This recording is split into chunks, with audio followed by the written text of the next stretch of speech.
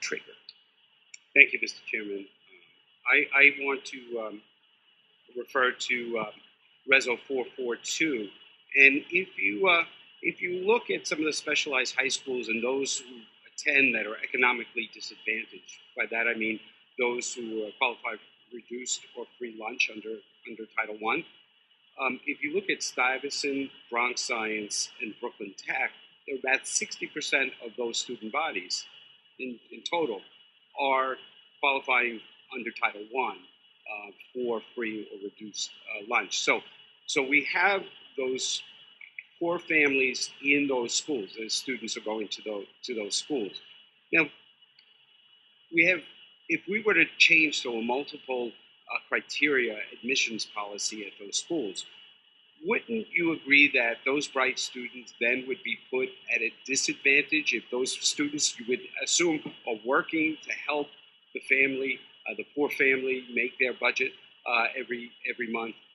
That if that's the case and they don't have time for these extracurriculars or other things, but otherwise would get into a school based on a single exam, are we now putting those students at a disadvantage if we were to change to a multiple admissions criteria?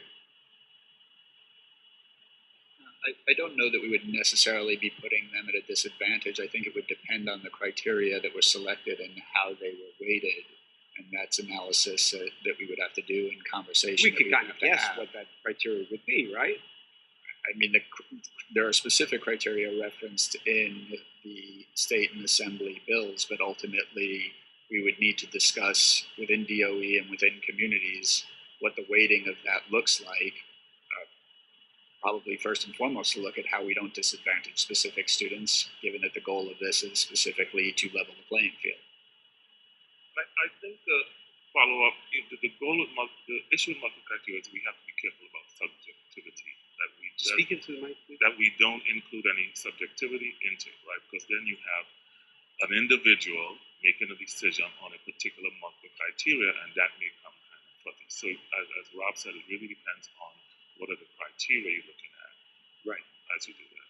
Well, if that's interesting you say that, because a recent city controller's audit indicated that the schools that use multiple criteria, the possibility, and this is from the report, the possibility of inappropriate manipulation of student ranking, favoritism, or fraud could not be ruled out. And that's what you're saying you're trying to avoid. But they're saying that, in fact, that could happen. In fact, the controller indicated that several of the schools that they looked at failed to rank a portion of the applicants. Up to a third, in some cases, of the applicants weren't even ranked in the admissions process. So those students never had a chance to get in under multiple criteria. So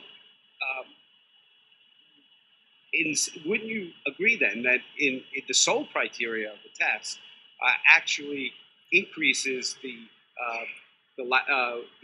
shows that there's no bias, no favoritism, and frankly, it's more transparent because if you take the test, you'll either get in or not.